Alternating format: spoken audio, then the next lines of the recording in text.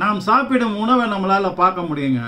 அதுக்கப்புறம் அது வந்து மலமாகி வெளியேறும் போது தான் அதை நம்ம திரும்பவும் பார்க்குறோம். அப்போ இடைப்பட்ட பீரியட்ல இந்த வாய்க்குள்ள போன உணவு மலமாக எப்படி மாறுது, வயிற்றுக்குள்ள என்னென்ன நடக்குதுன்றது நமக்கு செய்தியாக தான் தெரியுமே தவிர அதை நம்ம இதுவரையும் பார்த்தது கிடையாது.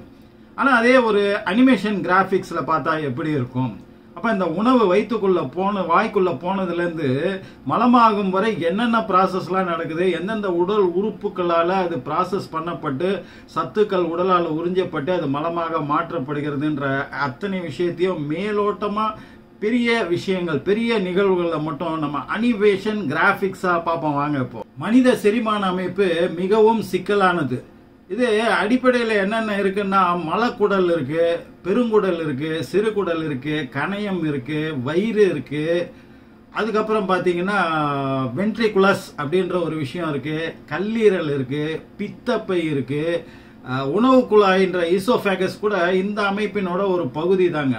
அதோட வாய்க்கு அருகில் பல்வேறு உமிழ்நீர் சுரப்பிகள் இந்த தாடைக்கு பக்கத்துலேயும் நாக்குக்கு அடியிலையும் இருக்குங்க. முதல்ல உணவு வந்து பற்களால உடைக்கப்படுது. அதுக்கப்புறம் இதோட நம்ம அந்த சலைவா கிளான்ஸ் சொன்னோம் இல்லையா, உமிழ்நீர் சுரப்பிகளோட உதவியுடன் உமிழ்நீர் வந்து இந்த உணவுடன் கலக்கிறது. உமிழ்நீரில் அமிலேஸ் என்று அழைக்கப்படுகின்ற செரிமான நொதி ஒன்று உள்ளது. இது கார்போஹைட்ரேட்டுகளை ஜீரணிக்க தொடங்குகிறது. அப்போ கார்போஹைட்ரேட்டுகள் சிறு சிறு அலகுகளாக சின்ன சின்ன விஷயமா உடைக்கப்படுது. எது? இந்த சலைவா கிளான்ஸால. அதுக்கப்புறம் உமிழ்நீர் கலந்த பந்து போன்ற அந்த கலவை உணவு போலஸ் என்று அழைக்கப்படுகிறது. இந்த போலஸ் உணவு குழாய் வழியாக வயிற்றுக்கு உந்தப்படுகிறது, வயிற்றுக்குள்ள தள்ளப்படுகிறது. உணவு குழாயின் உள்ளே உள்ள உணவு குழாய் லுமேன் சொல்லப்படுவது வந்து மிகவும் நெகிழ்வானது. இது வெவ்வேறு அளவுகள் உள்ள போலஸ்களை கொண்டு செல்ல அனுமதிக்கிறது. இந்த ஈசோஃபேகஸ் பல அடுக்குகள் கொண்டுள்ளது. இந்த உணவு குழாய் பல அடுக்குகளை கொண்டுள்ளது. அப்போ இரண்டு வெளிப்புற தசை அடுக்குகள் பெரிஸ்டால்சிஸ்க்கு பொறுப்பு. பெரிஸ்டால்சிஸ்னா என்ன? இந்த இரண்டு தசைகள் மூலம் போலஸ் வாயிலிருந்து வயிற்றுக்கு கொண்டு செல்லப்படுகிறது. இந்த இரண்டு தசை மூலம் தான் அது நடக்குது. அது எப்படி நடக்குது அப்படின்னு பாத்தீங்கன்னா,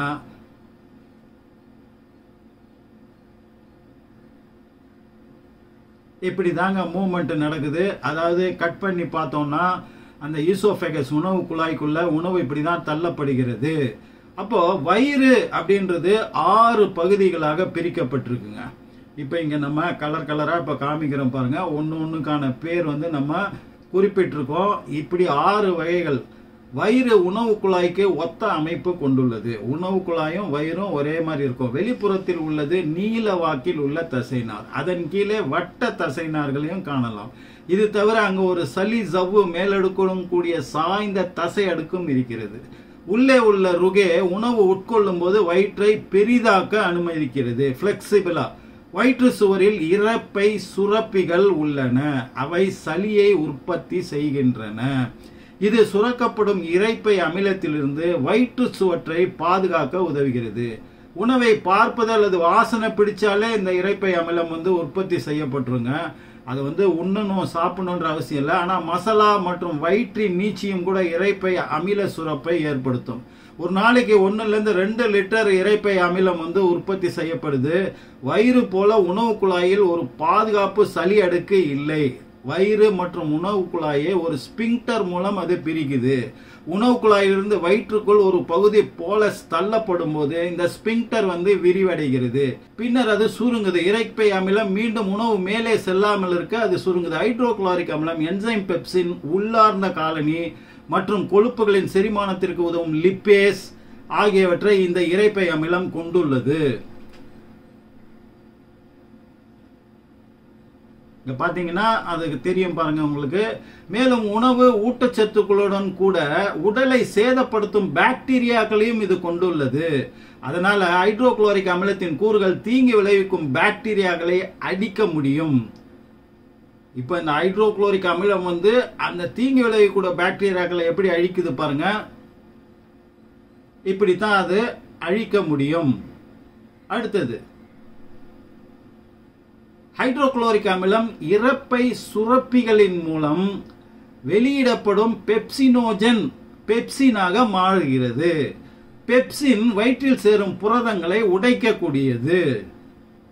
இந்த புரதத்தை உடைக்கக்கூடியது பெப்சின். அது பெப்சினோஜின்ல இருந்து பெப்சினா அது மாறும்போது அது அந்த புரோட்டீனை உடைக்கக்கூடிய தன்மை உடையதாக மாறுகிறது. அது எப்படி நடக்குதுன்றத பாருங்க. வைட்டமின் B12 சிறுகுடல்ல உறிஞ்சப்படணும்னா இரைப்பை சுரப்பிகளால் உற்பத்தி செய்யப்படும் உள்ளார்ந்த காரணி இன்ட்ரின்சிக் ஃபேக்டர் இது தேவை. சிறுகுடல் மூலம் உறிஞ்சப்பட உள்ளார்ந்த காரணியுடன் வைட்டமின் B12 இணைக்கப்படணும். ரெண்டும் ஜாயின் பண்ணணும். உடலின் நரம்பு மற்றும் இரத்த அணுக்கள் ஆரோக்கியமாக பராமரிக்கப்படவும் டிஎன்ஏவை உருவாக்கவும் வைட்டமின் B12 உதவுகிறது. இப்போ இங்க ட்ரைகிளிசரைடு லிப்பேஸ் என்னும் நொதியும் இரைப்பை அமிலம் கொண்டுள்ளது. இந்த லிப்பேஸ் என்ன செய்யுதுன்னா ஒரு ட்ரைகிளிசரைடை ஒரு ஃப்ரீ ஃபேட்டி ஆசிட் மற்றும் ஒரு டைகிளிசரைடாக மாற்றுகிறது. இப்படி பிரிப்பதன் மூலம் ஃப்ரீ ஃபேட்டி ஆசிட் மட்டுமே உடலால் உறிஞ்சப்படும். இதன் மூலம் ஃப்ரீ ஃபேட்டி ஆசிட் என்ன பண்ணுது அப்படின்னு கேட்டீங்கன்னா சிறுகுடலில் மிகவும் பயனுள்ள கொழுப்பு செரிமான வேலை நடக்க உதவுகிறது. தோராயமாக நடைபெறும் ஒவ்வொரு 20 வினாடிகளுக்கும் எவ்ரி 20 செகண்ட்ஸ் இரைப்பை சாறு மற்றும் வயிற்று இயக்கங்களின் மூலம் இந்த போலஸ்கள் அரை திரவ நிலையில் ஓரளவு செரிக்கப்பட்ட உணவாக மாற்றப்பட்டு அது சைம் என்று அழைக்கப்படும் பொருளாக மாறுகிறது. வயிற்றின் வெளியேற்ற பகுதியில் ஒரு ஸ்பிங்டர் உள்ளதால் சைமால் டியோடினம் உள்ளே நுழைய முடியாது. இந்த பைலோரிக் ஸ்பிங்டர் உணவு குழாய் ஸ்பிங்டரை ஒத்திருக்கிறது. பெரிய துண்டுகள் வயிற்றுக்குள் இருக்கும்படி இந்த பைலோரிக் ஸ்பிங்டர் சில மில்லிமீட்டர்கள் மட்டுமே திறக்கிறது. சிறுகுடலின் முதல் பிரிவில் டியோடினம் பித்தம் மற்றும் கணைய சாறு ஆகியவை வாட்டர் ஆம்புலா வழியாக சைமுடன் கலக்கப்படுகின்றன. பல செரிமான ப்ரோ என்சைம்களையும் மற்றும் என்சைம்களையும் கணைய சாறு கொண்டுள்ளது. இவை தங்களின் வேலையை சரிவர செய்யணும்னா வயிற்றில் அதைவிட அதிக அளவு pH மதிப்பு இருப்பது மிக மிக அவசியம். இதுக்காக கணைய சாறு கொண்டுள்ளது சோடியம் ஹைட்ரஜன் கார்பனேட். ஹைட்ரஜன் கார்பனேட்டால் சைமில் உள்ள அமிலத்தை சமநிலைப்படுத்த முடியும். இதனால் உகந்த pH மதிப்பு 7 அல்லது 8 மெயின்டைன் பண்றதுக்கு அந்த உருவாக்குறதுக்கு இதால முடியும். இப்படித்தான் அந்த வயிற்றுல உள்ள அந்த pH மதிப்பு 7 அல்லது 8 வந்து மெயின்டைன் பண்ணப்படுகிறது. கணைய சாறில் ப்ரோ என்சைம்கள் உள்ளன. இந்த ப்ரோ என்சைம்கள் டியோடினம் சுவரால் வெளியிடப்படும் எண்டோகிரைனஸ் டிப்டோஜின் என்னும் ப்ரோ என்சைம் ட்ரிப்சினாக மாற்றுவதற்கு பயன்படுகிறது. ட்ரிப்சின் புரதங்களை பிரிக்கவும் மற்ற ட்ரிப்சினோஜன்களை செயல்படுத்தவும் ஆக்டிவேட் பண்ணவும் ஏற்கனவே வாயில் காணப்பட்ட ஆல்பா அமிலமும் சேர்ந்து கார்போஹைட்ரேட்டுகளை பிளவுபடுத்தி மால்டோஸ் மற்றும் ஐசோமால்டோஸாக மாற்றுகிறது. இப்படி மாற்றப்பட்ட இந்த மால்டோஸ் மற்றும் ஐசோமால்டோஸ் என்ன ஆகுதுன்னு பாருங்க. அப்ப கார்போஹைட்ரேட் பிளவு எப்படி படுத்துது அப்படின்ற விஷயத்தை இப்ப நம்ம கிராபிக்ஸ்ல வந்து காமிச்சிட்டு இருக்கோம். கணைய லிப்பேஸ் ட்ரைகிளிசரைடுகளை 2 ஃப்ரீ ஃபேட்டி ஆசிட்களாக பிரிக்க முடியும். 2 ஃப்ரீ ஃபேட்டி ஆசிடை பிரிக்குது பாருங்க. இரைப்பை ஒரு ஃபேட்டி ஆசிடை மட்டுமே இரைப்பை சுரப்பியால் உருவாக்க முடியும். கணைய லிப்பேஸ் ட்ரைகிளிசரைடுகளை நன்றாக பிளவுபடுத்த முடியும். ஏனெனில் பித்த நீர் கொழுப்புகளை சிறு சிறு துளிகளாக உடைக்கிறது. இது கூழ்ம பிரிப்பு என்று அழைக்கப்படுகிறது. கணைய சாறில் இன்னும் பல என்சைம்கள் உள்ளன. ஆனால் அவை பற்றி இங்கே விரிவாக நாம் விளக்கவில்லை. ஏன்னா அது ரொம்ப டீப்பான விஷயம்ன்றனால அதை பற்றி நம்ம இங்க விரிவா விளக்கல. அதுக்கு அடுத்தது வந்து கல்லீரல் செல்கள் மூலம் பித்தம் உருவாகி பித்த நீர் உருவாகி அது பித்தப்பைக்கு கொண்டு செல்லப்பட்டு அங்கு பித்த நீராக சேமிக்கப்படுகிறது. இது டியோடினத்தில் உள்ள உணவுடன் வாட்டரின் ஆம்புலா வழியாக சேர்க்கப்படுகிறது. கணைய சாரும் வாட்டரின் ஆம்புலா வழியாக சேர்க்கப்படுகிறது. இவை இரண்டும் சேர்ந்து சிறுகுடல் 3 பிரிவுகளை கொண்டதாக இருக்கிறது. டியோடினம், ஜிஜுனம், இலியம் அப்படின்ற 3 பிரிவு. வலது கீழ் வயிற்றில் பெருங்குடலுக்குள் இலியம் தொடர்கிறது. உணவுடன் மேற்பரப்பு தொடர்பரை அதிகரிப்பதற்காக டியோடினம் மற்றும் திஜைஜினம் வட்ட வடிவ மடிப்புகளை கொண்டுள்ளது. இந்த வட்ட வடிவ மடிப்புகள் சிறுகுடலின் லூமினுக்குள் சுமார் 1 சென்டிமீட்டர் அளவு மூடப்பட்டிருக்கும்.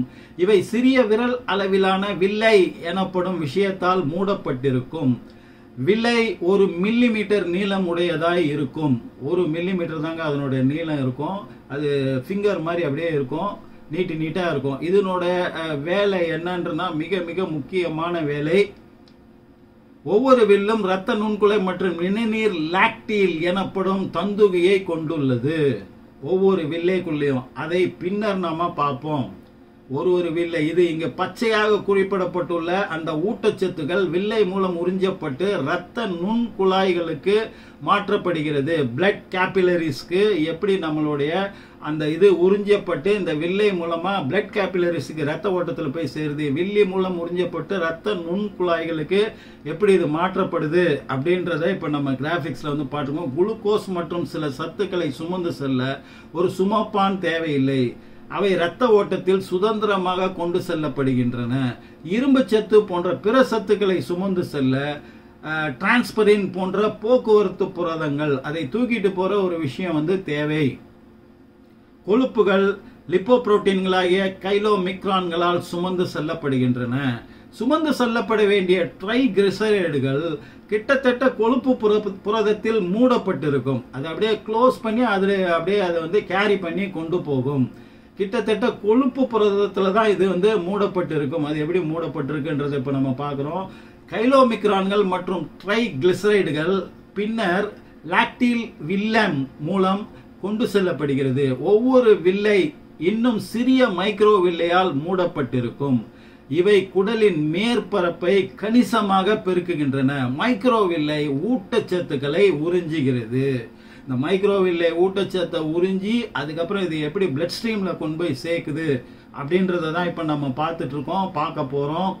இப்ப இந்த மைக்ரோவில்லிய க்ளோஸ் லுக்ல வந்து நம்ம பார்க்கிறோம். குடலின் சிறிய பகுதி இலியம், இதுதான் ரொம்ப சின்ன பகுதி, கடைசி பகுதி. டியோடனம் மற்றும் ஜுஜுனம் போலல்லாமல் இதில் வட்ட வடிவமான மடிப்புகள் இருக்காது, இதுல இல்லை. இலியம் எலும்புகள், முடி மற்றும் பற்களை உருவாக்குவதற்காக கால்சியம் போன்ற எலக்ட்ரோலைட்டுகளையும், அது இல்லாம விந்தணு உற்பத்திக்காகவும் மற்றும் நோய் எதிர்ப்பு அமைப்புக்காகவும் துத்தநாகம் போன்ற சுவடு கூறுகளையும், இரத்த சிவப்பணுக்களின் முதிர்ச்சிக்காக வைட்டமின் B12 போன்றவற்றையும் உறிஞ்சுகின்றன. இதெல்லாம் வந்து அந்த வில்லை உறிஞ்சக்கூடிய விஷயம். சரி, இது உறிஞ்சின உடனே மற்றும் மீதமுள்ள பித்தாமிலம் ரத்த ஓட்டம் வழியாக கல்லீரலுக்கு மீண்டும் கொண்டு செல்லப்படுகிறது, அப்படியே ரீசைக்கிள் பண்ணப்படுகிறது. உணவு குழாயில் உணவு பெரிஸ்டால்சிஸ் மூலம் கடத்தப்படுகிறது அப்படின்றத ஏற்கனவே பார்த்தோம் இல்லையா. அந்த உணவு குழாயில இருந்து இதுல எப்படி மிக்சிங் நடக்குதுன்னு பாருங்க. மாறாக இங்க மஞ்சள் மற்றும் சிவப்பு நிறத்தில் காட்டப்பட்டுள்ளது போல் பிரிவு சுருக்கங்கள் சைம் நன்றாக கலக்க உதவுகிறது. இந்த பிரிவு சுருக்கங்கள் அப்படின்றது அந்த கன்ட்ராக்ஷன் எப்படி வந்து அதை நல்லா மிக்ஸ் பண்ணுது பாருங்க. அந்த எல்லா விஷயங்களையும் எப்படி நல்லா மிக்ஸ் பண்ணுது அப்படின்றத நம்ம காமிக்கிறோம். அடுத்தது இப்போ நம்ம குடல் பகுதிக்கு வர போறோம். சிறு குடலை விட பெரிய குடல் தடிமனாக இருக்கும், அது வந்து திக்கா இருக்கும். இது சிறு குடலை சுற்றி 1 மீட்டர் நீளம் இருக்கும். சிறு குடல் பெரிய குடலுடன் போகின் வால்வு வழியாக இணைக்கப்பட்டுள்ளது. ரெண்டும் போகின் வால்வு வழியாக ஜாயின் பண்ணப்பட்டிருக்கு. சிறு குடலிலிருந்து பெருங்குடலுக்கு சைம் கடந்து செல்லும் போது மட்டுமே அது திறக்கும். சிறு குடலில் உள்ளது போன்ற எந்த வில்லையும் பெருங்குடலில் இல்லை. ஏன்னு கேட்டீங்கன்னா மிகவும் ஜீரணிக்கக்கூடிய பொருட்கள் ஏற்கனவே சிறுகுடலால் உறிஞ்சப்பட்டு ஜீரணிக்கப்பட்டு சத்துக்கள் உறிஞ்சப்படுது. ஆனாலும் பெரிய குடல் 100 பில்லியன் பாக்டீரியாக்களை கொண்டிருப்பதாக மதிப்பிடப்பட்டுள்ளது. இது எதுக்குன்னா வைட்டமின்கள் உற்பத்தி மற்றும் நார்ச்சிதைவை உற்பத்தி பண்ணி உடலின் ஆற்றலுக்கான உற்பத்தி போன்ற பல்வேறு விதமான பணிகளுக்கு இது முக்கியமானவை. இவற்றில் பல பாக்டீரியாக்கள் நோய் எதிர்ப்பு அமைப்புக்கு தீங்கு விளைவிக்கும் கிருமிகளை கொல்லக்கூடியதாக இருக்கு. பெரிஸ்டால்சிஸ் மூலம் ஏறும் பெருங்குடலிலிருந்து குறுக்கு பெருங்குடலுக்கு இறங்கு பெருங்குடலுக்கும் சைம் என்பது கொண்டு செல்லப்படுகிறது. அப்போது சைமிலிருந்து நீர் அகற்றப்படுகிறது. அந்த நீர் உறிஞ்சப்பட்டு மேலும் கழிவுகளை முறையாக வெளியேறுவதற்காக சளி அதனுடன் சேர்க்கப்படுகிறது. சிறிய குடல் அது பெரிய குடல் மூலம் உறிஞ்சப்பட முடியாத பொருட்கள் மலக்குடலில் இருக்கும். அவை இறுதியாக ஆசனை வாய் வழியாக வெளியேற்றப்படும். இவ்வளவுதாங்க. இப்ப பாத்துக்கிட்டீங்களா எவ்வளவு விஷயம் நடக்குது. இதெல்லாம் மேலோட்டமான விஷயங்கள் தான். இது மாதிரி இன்னும் பல நூற்றுக்கணக்கான ஆக்டிவிட்டிஸ் வந்து வயிற்றுல நடக்குது. நம்ம மேஜரா ஓவராலா வந்து ஒரு ஐடியா உங்களுக்கு கிடைக்கிறதுக்காக தான் இப்ப நம்ம இதை சொல்லியிருக்கோம். மேல மேல இந்த மாதிரி கிராபிக்ஸ் வீடியோக்கள் வாய்ப்பு இருந்தால் மற்ற விஷயங்களை பத்தியும் நம்ம போடுவோம். அதுவரை உங்களிடமிருந்து விடைபெறுவது உங்கள் AJH. நன்றி.